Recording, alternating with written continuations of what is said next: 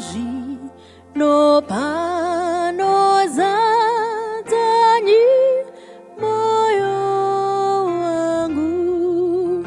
Uyanyi zadzanyi Jesu nemudza wenyu. Uyanyi wozvino panozadzanyi moyo wangu. Munokwanisa kuzadza mweya vesevo vangu, asi ndinokuda imwi kuzadza moyo wangu. Uyanyi zadzanyi Jesu nemudza wenyu. Uyanyi wozvino panozadzanyi moyo wangu.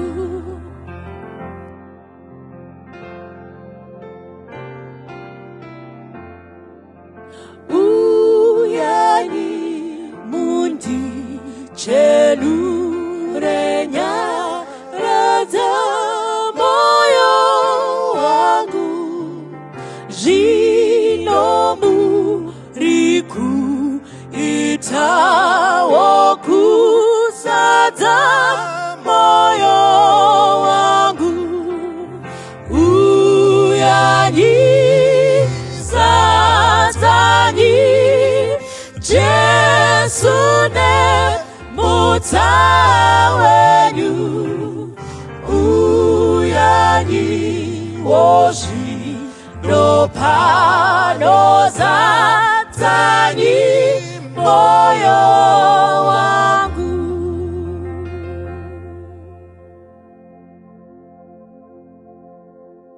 Ndokwasai mose muzita raJesu. Toda kutenda Mwari tichisanganisa zvakare kuti tidzidze zvimwe zveukuru hwaMwari. Mukati mezuva ranhasi toda tidzidze pamusoro petopic inoti mugadziri wepakakoromoka. Mugadziri wepakakoromoka. Pachirungu togona kuti the repairer of the breach. The repairer of the breach. Mugadziri wepakakoromoka. Ngatinamatei. Baba wedu vari kumusoro kudenga, Ishe wedu Jesu Kristu nekuwadzana kwaMweya Mutsvene. Jehovha tokutendai nemukaona matipa kuti tinzwe shoko renyu. Taurai kwatiri murimi Mwari. Tisaona muparidzi asi tione Jesu akarwa pamuchinjikwa anoponesa.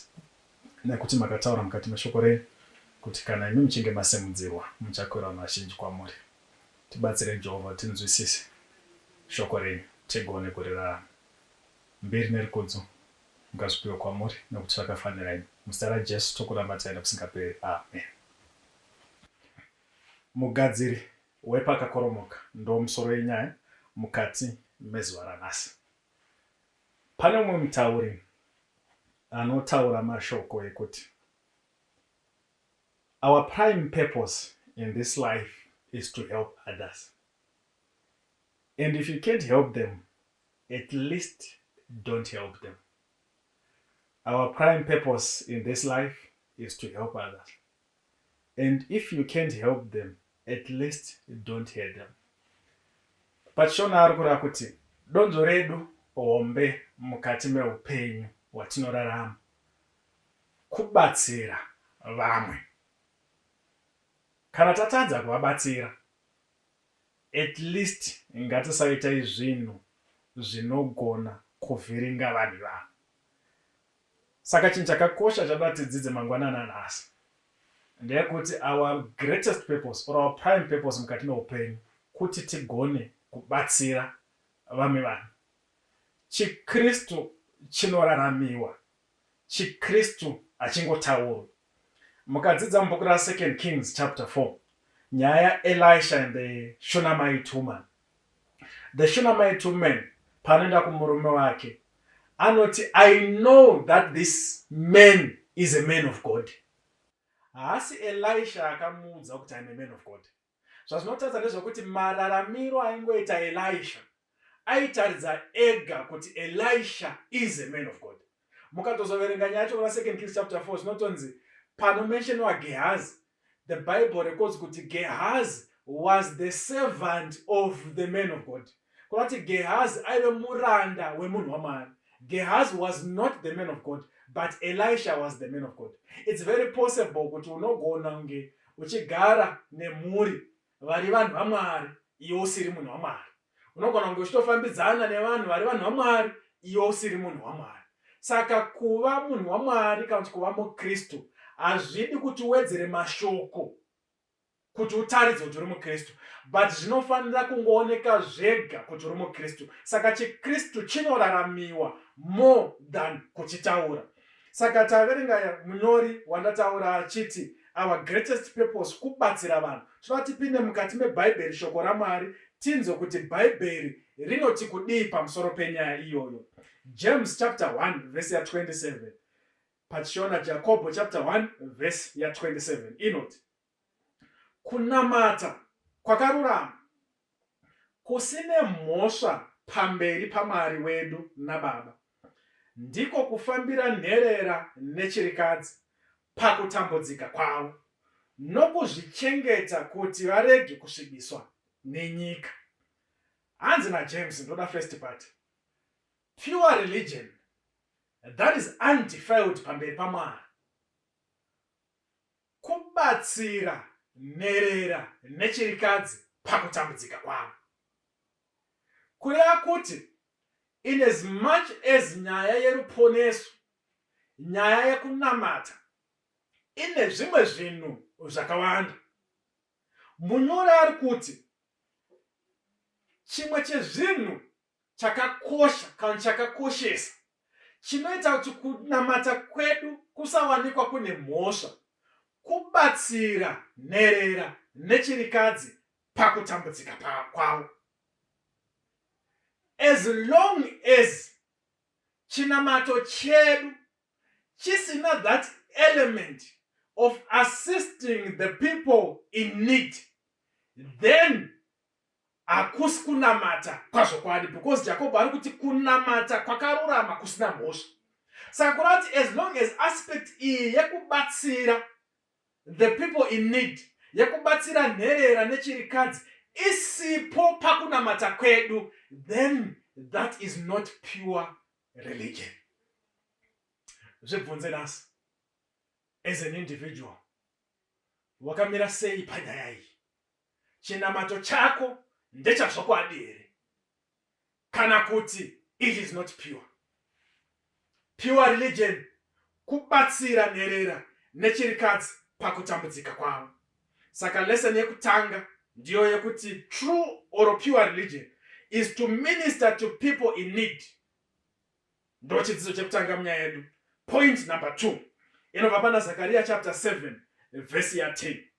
Zakaria chapter 7 verse ya 10.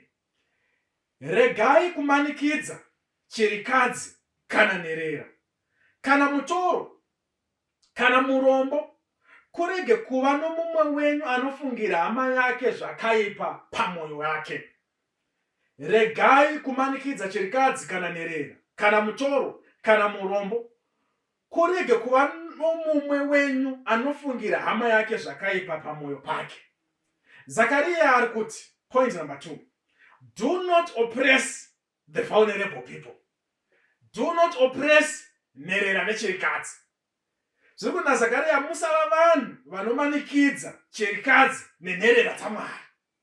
Kune vamwe vanhu vakatora nherera vachiti vari kudzichengeta, asi nhasi ndo vavakomana vavo, ndo vama errand boys avo. Kana kuchikoro akabva atorega kuenda, mwana akamiswa chikoro, but paakatorwa paakava nherera makamutora muchiti muchamuchengeta. Kune vamwe vaitogona kumuchengeta zviri nani, but imi makati mune mari munogona kumuitira zvese zvaanoda, but nhasi anorarama as if ari kugara ega musango. Kune vamwe vanoshungurudza chirikadzi dzaMwari. each and every day chaari kutsvaka kusimudzana nechirikadzi dzaMwari. But rega ndikutaure mangwanani nhasi. Zakaria ataura akati regai kumanikidza chirikadzi nenherera dzaMwari. Why? Because the moment yaunomanikidza these groups, uri kutamba nemboni yeziso raMwari. Ndo pane mboni yeziso raMwari, panherera dzake nechirikadzi dzake nevanhu vake vanotambura vari inindi. Kumwe kumanikidza kwatingagona kuita nherera nechirikadzi, kurega kuita wajuti yekuvabatsira isu tichiziva kuti tinofanira kuti tivabatsire. Jesu paaifamba pane rino pasi, mamiracles ake ese aisangomaita for the sake yekungoti anzi aita mamiracles. They had a purpose. Jesu is different from the prophets of this world. Vanongoita minana for the sake yekungoti vanzi vaita minana. His miracles had a purpose. Yekuti vanhu vagone kuponeswa. And pane zvese zvaita Jesu aitsvaka kuti even the oppressed vasununguru. Aitsvaka kuti even the ones in need vagone kubatsirika. Saka Zakaria anoti regai kumanikidza chirikadzi kana nherera dzaMwari kana varombo. Isaiah chapter 58 verse 6 kusvika pavhesi 8. Tojamba toenda pavhesi 12. Lesson number 3. Isaiah 58 verse 6 kusvika pavhesi 8. Nyaya iri pana Isaiah chapter 58 inyaya yefasting, inyaya yekutsanya. Isaiah ari kuti vanhu vazhinji panguva iyi kwaIsraeri, and even nanhasi vazhinji vamwe ndo zvavanogona kunge vachiita. Vanotsanya kuti vaonekwe kuti vari kutsanya. Zvinonzi vamwe vanobva vazvitaridza nezviso zvavo kuti vaonekwe kuti vari kutsanya, but the main purpose yavari kutsanyira isiri kubuda pachena. Chavari kuzviitira kungotaridza vamwe kuti isu we are prayer warriors, we are good at fasting. Hatisi kuti kutsanya kwakaipa, but the type of fasting yekuda kuonekwa ndo iri kurambwa naMwari. But pana Isaiah chapter 58 ipapo, there is a type of fasting iri kuintroducewa kanti yatiri kutaridzwa naMwari yandoda kuti tibate in line with our lesson. Zvikanzi naIsaiah, ko kuzvinyima zvokudya kwandakasanangura hakuzakadai here, kuti musunungure zvisungo zvezvakaipa nekubvisa makashu ejoko, kuti akamanikidzwa aende hake, uye kuti muvhune majoko ose here. Vhesi 7. Hakuzi kuti ugovane zvokudya zvako neane nzara, uye kuti udane varombo vakadzingwa vapinde mumba mako, kuti kana uchiona munhu wakashama umufukidze, uye kuti urege kuvanda venyama yako here. Vhesi 8. Ipapo chiedza chako chichabuda semambakwedza, kuporeswa kwako kuchabukira nokukurumidza, kururama kwako kuchakutungamirira, nokubwinya kwaJehovha kuchakurindira mumashure. Vhesi 12. Hanzi naIsaiah, vachaberekerwa newe, vachavakazve matongo akare, uchamutsa nheyo dzamarudzi mazhinji, uye uchatumidzwa mugadziri wepakakoromoka, muvandudzi wenzira, kuti vanhu vagone kugarapo. Isaiah ari kuti kutsanya kwazvokwadi kugona kubatsira vanhu vanotambura. Isaiah ari kuti pavhesi 6, kutsanya kwazvokwadi kugona kusunungura vanhu pamajoko avo. Jesu anototaura kuna Matthew kuti uyai kwandiri imi makaneta makaremerwa, ndichakupai joko rangu rakareruka. Jesu ari kuedza kutotibuditsira the practicality of the gospel yekuna Isaiah chapter 58, yekuti true fast also involves kusunungurwa kwemajoko evanhu vakaremerwa. Vhesi 7 anoti kutsanya kwazvokwadi kugovana zvokudya zvako neane nzara. Ndoda kubvunza mwana waMwari, kubva patanga COVID-19 ma-lockdown achitanga. Zvimwe padai waenda kubasa, uchitonzi uri essential service. But kune vamwe vekuti mabasa akapera. Ende nanhasi havana kudzokera kubasa ikoko. Mhuri zhinji dzairara nenzara. Vamwe vakatanga kuita ma-negative coping strategies. Ekutoti vamwe vaitosvika pakutumira vana kuma-next door. Kuri kutaimira nguva dzekudya kuti vana vavo vawane zvekudya. Vamwe ndo vaimbodya katatu pazuva kare. But mazuva iwawo pamwe vanga kudya kamwe chete. Vamwe unotozviziva kuti havana kana pekugara. Vanogara mumastreets. Havana anovatengera chikafu. Havana kwavangawana chikafu. But iwewe mumba mako makazara matura ezvokudya. Kunyangwe mukasazara, hauna kana musi umwe chete wawakarara nenzara. Mwari achikuprovidira zvese. Wakambofungawo here mukati memwoyo wako kuti kune umwe munhu ane nzara wandinofanira kubatsira?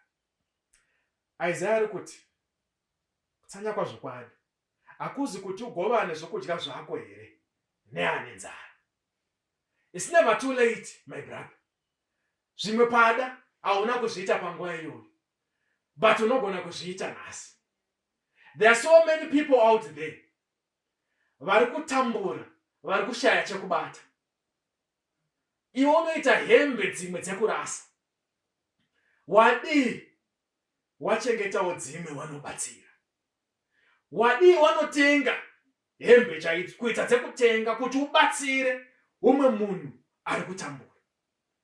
Kutsanya kwazvokwadi kudana varombo hanzi vakadzingwa vapinde mumba mako.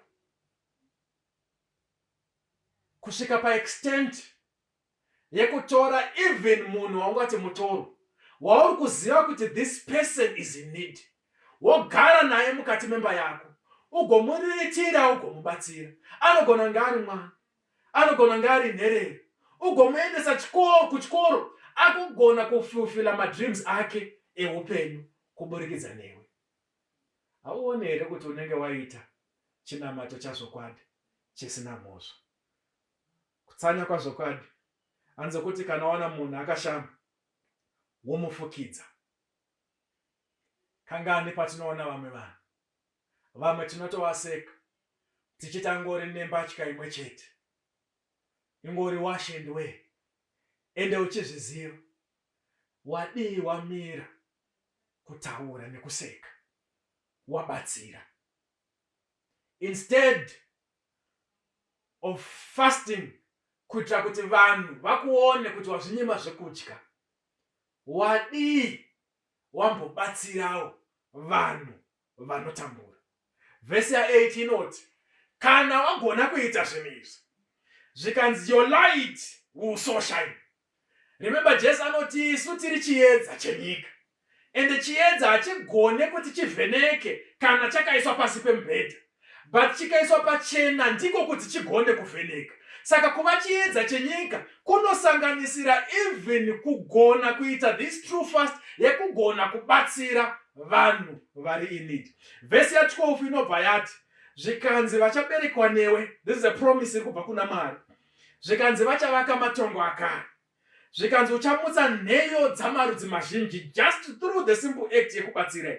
Zvikanzi uchatumidzwa kuti uri mugadziri wepakakoromoka.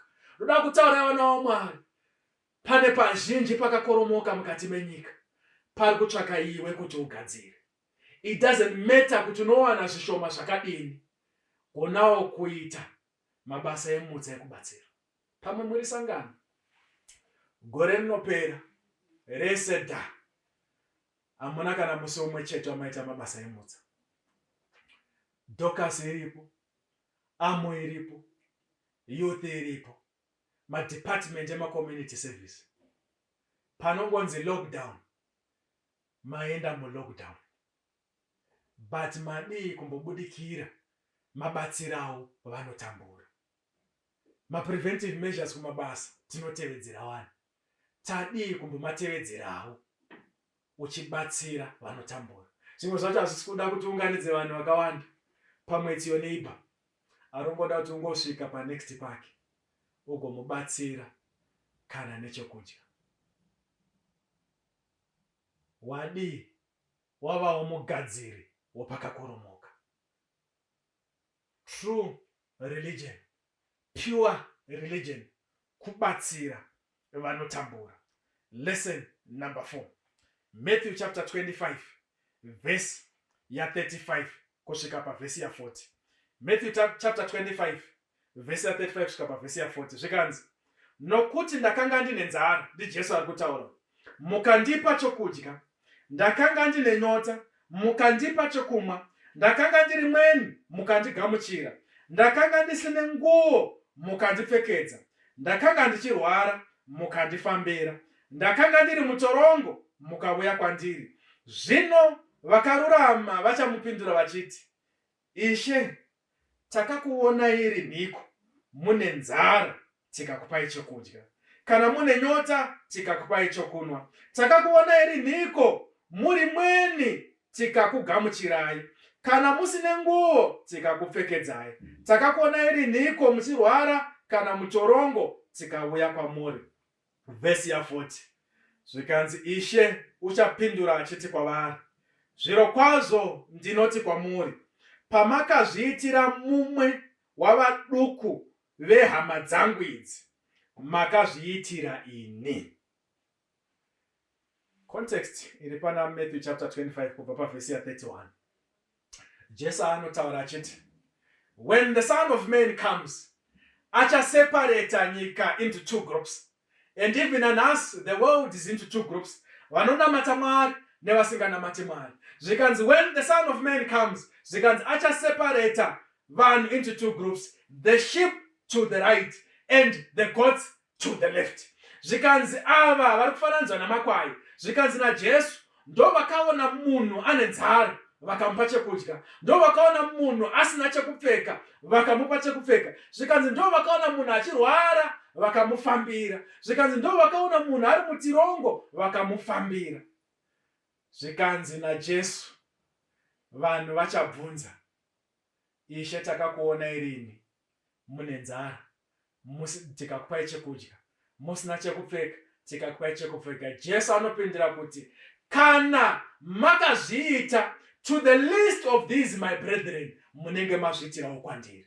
Saka when it comes to the issues of salvation, Jesu ari kuti nyaya yekugona kubatsira vanhu vari in need, it's a result of our faith. Zvinotaridza kutenda kwedu, in as much as tisingaponeswi namabasa, tichiponeswa nenyasha. That faith, kutenda kwedu, kunoonekwa namabasa akanaka atinoita. Saka Jesu ari kuti vamwe vevanhu vachaponeswa vachapinda kumusha kusoro kudenga, vanhu vakaona vanhu vachitambura vakavabatsira. And pane chakakosha chandoda kuti mubati, Jesu ari kuti kana mukazviitira vanhu, kunyangwe the least of the people that you know, the moment yaunomuitira izvozvo, hausi kuitira iye asi uri kuitira Mwari. Hebrews anoti itiranai rudo, nekuti vamwe vakatadza kugamuchira vaenzi izvo vaive vatumwa. It's very possible kuti pauri kuita zvinhu izvi, pamwe you may be doing it to angels. Even if you are not doing it to angels, pauri kubatsira that person who is in need, Jesu ari kuti uri kubatsira ini. Then anoti vamwe ava vanofananidzwa nembudzi, zvikanzi ndo vakandiona ndisina chekupfeka vakandisiya ndakadaro, vakandiona ndisina chekudya vakandisiya ndakadaro. Zvikanzi naJesu ivavo vanoenda kunoparadzwa. There is something that is very important chatoda kuti tione panyaya yekubatsira. Ministering to the people in need is a sign or a result of our faith. And it's also important kuti tigone kuponeswa. Hatigone kuti titi tiri maKristu isu tichitadza kuitwa kunyangwe zvaitwa naJesu. And Jesu ari kuti, for your salvation, you also need kubatsira vanhu vari in need. And pauri kuzviita, hausi kuizviitira iwewe kana kuitira umwe munhu, uri kuitira Jesu. And the reward is you are going to be saved one day when the Lord comes. Waita zvese, waita zvinodiwa naMwari, wararama zvinofadza Mwari, wararama zvaanoda, wabatsira vanhu vanotambura. Zvinonzi you will be separated from the goats. Wofananidzwa namakwai. Wobva wanzi pindai muushe waMwari. Ameno mukati mezuva ranhasi. Maplans ako anga akamira sei? Vachandoda kuudza. That very moment yawangofunga kubatsira munhu. Batsira. Kune vana vazhinji vasina ma-school fees. Kune vana vazhinji vari kutambura kubhadhara school fees yekuti ukanzwa mari yacho kwauri mari iyoyo imari shomasa. Wadi wabatsira. It's never too late. The time is now. Chinondirwadza ndechekuti vanhu vazhinji vanenge vachinzava ndevenyika vanotonzi havazivi Mwari ndo vanotoita mabasa emutsa makuru kudarika isu tinoziva Mwari. Zvisinei nezvishoma zvaunazvo, wadi kumbobatsira. Wadi kumbodedicata, be it one day of the month or even kamwe chete pagore, depending nekuwana kwako, or even every day of your life depending nekuwana kwako, kuti ugone kubatsira someone is in need. There is a child, there is an orphan crying out there. Shuro yake ndeyekuti aende kuuniversity, agraduate sevamwe vana, but dambudziko haana pekutangira. But iwewe dzimwe nguva unopambadza mari pane zvimwe zvinhu zvisina basa.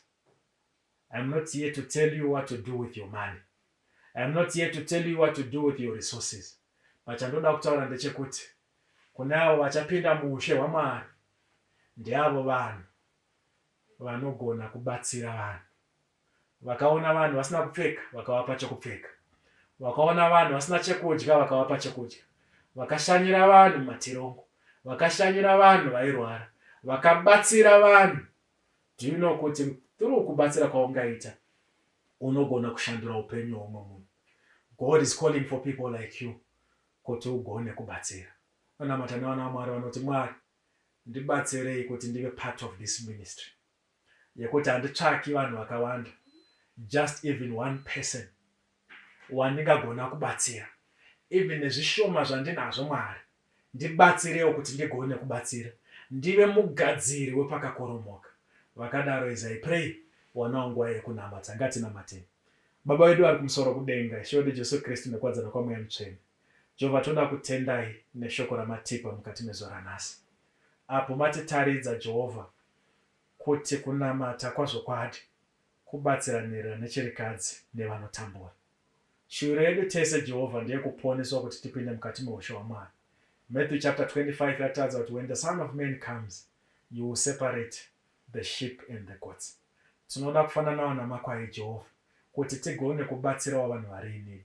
Ende kana chinge tazviita Jehovha, tisaita kuti tionekwe, asi kuti imi Mwari mupiwe mbiri. Tibatsirewo Jehovha kuti tive nemwoyo wekubatsira. Kunyange nezvishoma zvatingave tinazvo, tibatsirewo kuti tigone kubatsira. Kana tazviita Jehovha, imi Mwari hamutirasi. Mugowedzera kunyange patinenge tatapudza. Murambe muchitikomborera. Muzarure magonhi ekudenga ezvikomborero Jehovha. Murambe muchitiropafadza so that we can bless more people through nema-resources avangashuvira mukati meupenyu. Ndicho chiKristu chazvokwadi Jehovha. Tibatsire kuti tinge tiri vaiti veshoko, kwete vatauri veshoko bedzi. Muzita raJesu tokunamatai nekusingaperi. Amen. Ndawana shamwari yakandida, ndisingazivi akandipfuwa nerudo, akandisunga kwari, moyo wangu wasungwa nepfundo, rorakasimba, Jesu ndiri wako ini, uri wangu narini. Ndawana shamwari, yo shamwari yakandifira, andi upenyu basi chete asi akazvipira zvendinazvo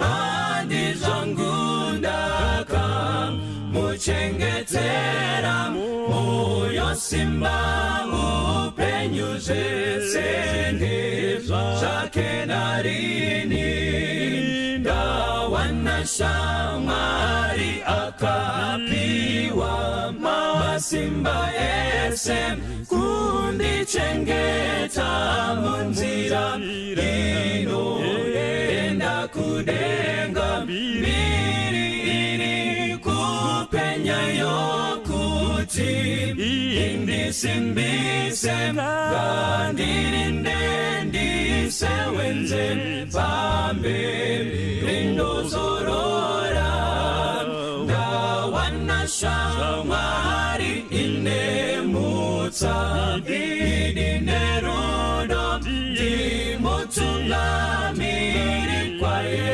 ane zero nesimba kuna iye anondida ndino wana masimba korufurunga kurire ndiri wenyu narini ndawana shamwari inemutsa idine rudo ndimutungamiri kwaye ane zero nesimba kuna iye anondida ndino wana masimba korufurunga kurire ndiri wenyu narini kuna iye anondida ndino wana masimba